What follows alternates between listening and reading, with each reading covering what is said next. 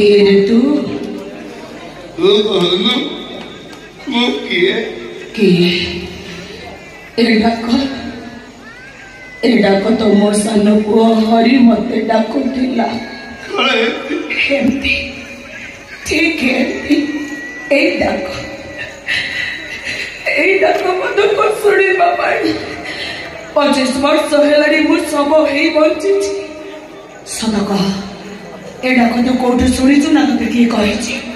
ता ना एडा को तू जानिलु केमी तू कहीं मत डाकिलु देख मत सन्देह अंधार भितर रखना मत सत कह के तू